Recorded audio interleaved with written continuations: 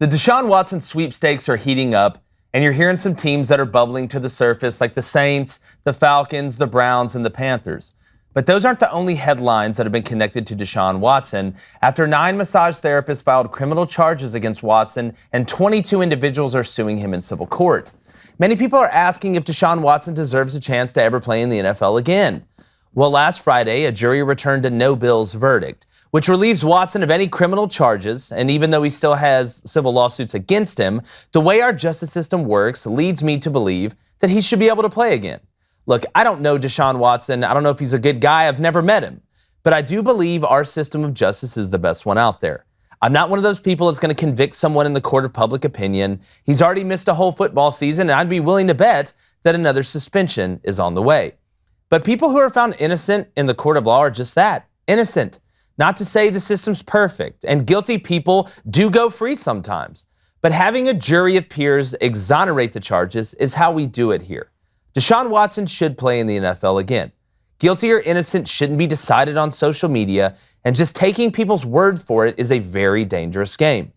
One team will get Deshaun Watson, and they'll face a tremendous amount of blowback and probably lose a lot of support. But in the long term, Watson's ability, mixed with his innocence, in my opinion, is a chance worth taking. Going to bring in our co-host David Cohn and Blaine Crain here. David, I want to start with you because when I look at this situation, and we've seen different situations in the past, Roethlisberger, you had Michael Vick with the dogs. When you are found innocent and there's no criminal charges, and I'm sure the NFL is going to have a suspension coming down the pipe, is it worth it in your eyes with the society we live in nowadays, with the blowback that is going to happen regardless if it's the Saints, Falcons, Browns, Panthers, doesn't matter? If you're looking at the quarterback pool right now, the draft isn't loaded with them. Is Deshaun Watson worth what's coming if you do decide to sign him? I feel like all you can do in these situations is allow the criminal justice system to play out like you were talking about, right? I mean, that's why we have it in place. And so if criminal charges are dropped, then a team needs to gauge whether or not they think it's best for them long term. You mentioned the Michael Vick situation. That way he was found guilty and did his time, came back, didn't play for the Falcons, but I think played for the Eagles and maybe another organization. There were fans of those teams who said, I'll never support these teams again because I'm a dog lover. And they had other people say, well, he did his time. I mean, how long is he supposed to go unemployed with the skill set that he has? So both are valid to me. I think you're going to have a situation here. I already talked to some Falcons fans who said Deshaun Watson goes to the Atlanta Falcons, they're going to find a new team to support. I think you have other people who say, look, he's a great young quarterback. If I think a lot of this is what's the recompense factor? Like, is there growth? Is he sorry for what he did? That's what we mostly want to see in our society. I mean, how does he handle himself moving forward? Is there personal growth? Is he sorry for what he did? And again, none of us are in the room, so I don't know the exact details in the situation. But if he's not charged criminally in our criminal justice system, then at some point he should be available to go back for work. And then an organization needs to decide, is this really the best way we want to move forward with our organization? Yeah, and Blaine, it kind of shifted a little bit. Yeah. Heard a decent amount of teams. I mean, he's met with the Browns. We know about the Panthers, the Falcons, and the Saints. If you could choose, if you were Deshaun Watson, which organization do you think is the best fit to win now, regardless of suspension, and which organization, if it's the same one, has the roster around him for the long term to have the most success? No, I like the Saints a lot. Yeah. With the playmakers they have on both sides of the ball. I mean, yeah, Michael Thomas, like you could go down the list realistically. And they've been missing a quarterback. That's kind of be the key piece they've been missing. I like the Browns. I mean, with Jarvis, added Amari Cooper. And I like the Falcons as well. You know, there's guys he played with on Houston, have good receivers in Atlanta. The thing with me, Deshaun Watson, to my eyes, is a top 10 quarterback in the NFL. I agree. I think so. Even he's a potential Hall of Fame guy. Even if he didn't play last year, the entire year, in my eyes, he's a top 10 quarterback. And this is a type of thing where I wouldn't give up 3 first-round picks for Deshaun Watson, 2 max. I think this will come into to be a 3-team trade. In my eyes, I think he ends up going to the Falcons. I think he wants to go somewhere somewhat warm. If I'm him, Cleveland, to me, I don't want to go play in cold weather. I just don't. I want to go somewhere warm, somewhere where I have good receivers, and the offense is where it needs to be to make a run at a Super Bowl, a contention at least, because when you put Deshaun Watson at quarterback, you now become a contender for the Super Bowl, in my eyes. And this isn't a 1-year play. This isn't a 2-year play if you're an NFL team. This is a 5-year play. Well, Blaine, you talk about the Falcons. If I'm looking at the rosters and the teams, it looks to me like the Falcons have the most obstacles they'd have to get by to get him.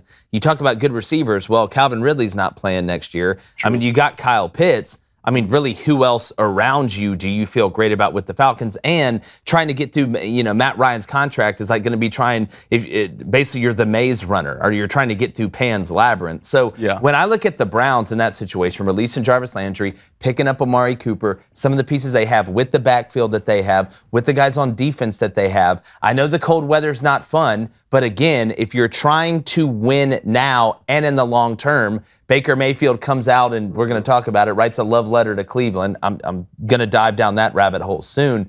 But to me, the Falcons have the biggest obstacle. You look at the Panthers, you pair them with Christian McCaffrey, which would be scary as hell on the RPOs, some things they can do. Cone, which team do you think? I liked his first pick. I like the Saints. I think the Saints would be fantastic. I mean, look, to me, I appreciate that the Browns are at least trying to make these moves over the last 5 or 6 years to be a great football team, but I don't know. They don't have the history as an organization to be a fantastic franchise. But look, he's the type of franchise-changing quarterback, and with the pieces they already have, I can see what they attempted to do with Baker Mayfield.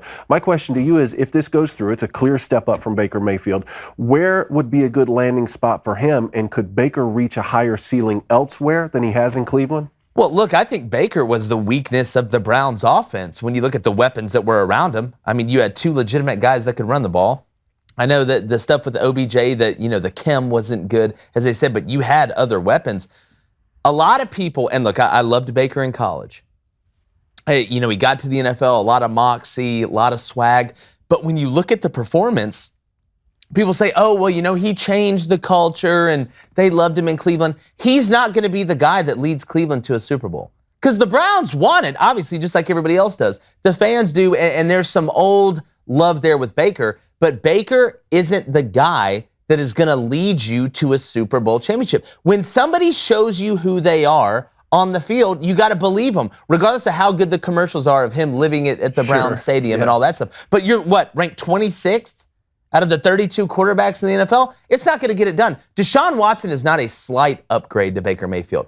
That's like taking your Pinto in and leaving with a Lambo. Yeah. Now, the off-the-field stuff, and is the suspension coming? Is it worth the hit? That's my biggest question for the Browns. But if he goes to Cleveland, to me, it makes you an instant contender with a guy that can make the plays, not only through the air, but on the ground, extending plays with the weapons you have around him. Because you had him at tight end.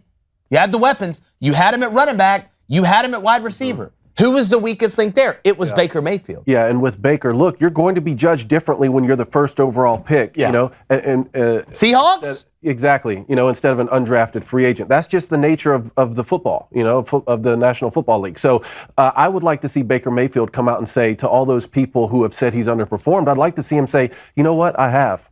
Don't get defensive. I have underperformed, and you know what? I'm going to be better. My best football days are ahead of me, not behind me. That's what I'd like to see from Baker Mayfield. And maybe it's not in Cleveland. Yeah, well, I look at it, Deshaun's met with a bunch of teams. You're the Dolphins. I don't see Tua out here complaining. Oh, that's a good point. I don't see him out here crying. Baker, you haven't lived up to what you were supposed to be. You were the number 1 pick. And maybe if he was from Oklahoma State or something like that, it might be different. Oklahoma always gets the big-name quarterbacks that come out. And he hadn't lived up to what he's supposed to be, and you had weapons on offense and defense. The Browns' defense have been pretty solid for a couple years. Baker's been hurt. I believe he hurt his shoulder. I don't know if it was throwing arm. It might have been the opposite arm. But he hasn't lived up to it. But the interesting with me is about the Falcons is I think, Allen Robinson's going to end up getting traded there from the Bears. Big target for receiver. You got a young Kyle Pitts, you got Hayden Hurst, you got Cordell Patterson, an older guy who can literally do it all. He's just basically a Swiss Army knife on there. The thing about it is Saints, I think, would be the best overall, but I think the Falcons are close. The thing about Baker is quit complaining and do your job. Yeah, well, Mike Tannenbaum, a good friend of the show, said the other day with Baker, the only thing you can control is what you can control, basically. You doing all this stuff, it's not like you won a championship. This isn't LeBron leaving Cleveland. This isn't one of the legends of the sport leaving a fanatical fan base or organization. That's not it. You haven't won diddly squat. So to me, the old Baker, this doesn't seem like Baker. Saying Cleveland, the old Baker was rough and tough. tons of confidence in himself. Yeah. It wasn't, he's kind of switched up a little. The old Baker would say, Deshaun, please come to Cleveland. please. I need a good backup. That's exactly right. This isn't the Baker I remember. And again, I don't think you've earned enough or achieved enough from a winning standpoint to be acting like you're one of these top dogs. You're just not. Hey, if you like what you heard and you want to hear more, go on over to Spotify, Apple Podcasts, Stitcher. Check out Crain & Company live every day from 2 to 3 Central, where you can hear us spit it straight.